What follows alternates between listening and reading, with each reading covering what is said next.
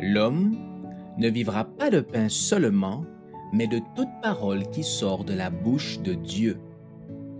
Voici votre moment de méditation quotidienne.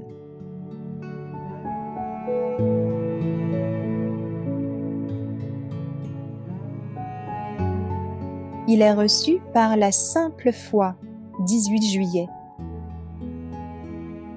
Mais le juste vivra par sa foi. Habacuc chapitre 2, verset 4b.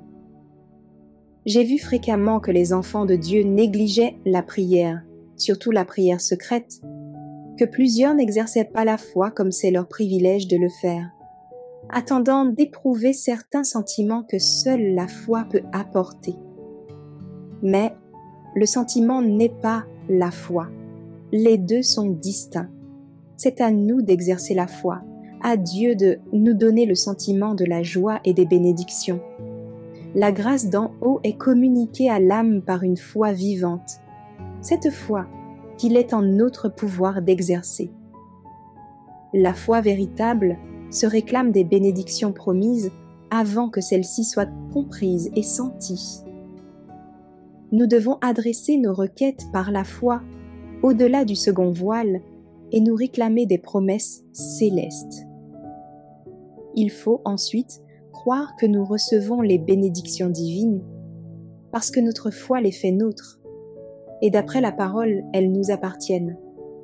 Tout ce que vous demanderez en priant, croyez que vous l'avez reçu et vous le verrez s'accomplir. Marc chapitre 11, verset 24. Voilà la foi réelle. Croire que vous recevrez la bénédiction même avant que vous l'éprouviez. Mais beaucoup supposent que la foi n'est pas possible s'ils ne sentent pas la puissance de l'Esprit. C'est confondre la foi avec la bénédiction qui procède de la foi. Le meilleur moment pour exercer la foi, c'est lorsque l'on se sent privé de l'Esprit. Quand d'épais nuages semblent environner l'homme, c'est alors qu'il faut percer les ténèbres et dissiper les nuages par une foi vivante. La véritable foi repose sur les promesses contenues dans la parole de Dieu. Et seuls ceux qui obéissent à la parole peuvent se réclamer de ces glorieuses promesses. Le Saint-Esprit, le représentant de Dieu, constitue le plus grand de tous les dons. Toutes les bonnes choses sont comprises dans ce don. Le Créateur lui-même ne peut rien nous donner de plus grand ni de meilleur. Quand nous supplions Dieu d'avoir pitié de notre détresse et de nous guider par son Saint-Esprit, il ne rejette jamais notre prière.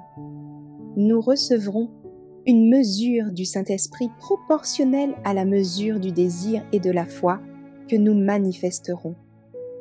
Nous pouvons être certains que nous recevrons le Saint-Esprit si chacun de nous tente de mettre les paroles de Dieu à l'épreuve.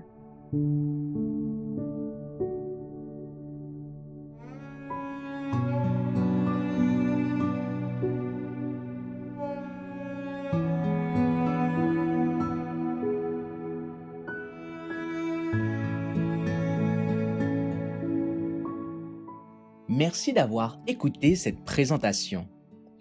Assurez-vous de nous rejoindre demain pour votre moment de méditation quotidienne avec lereste.org.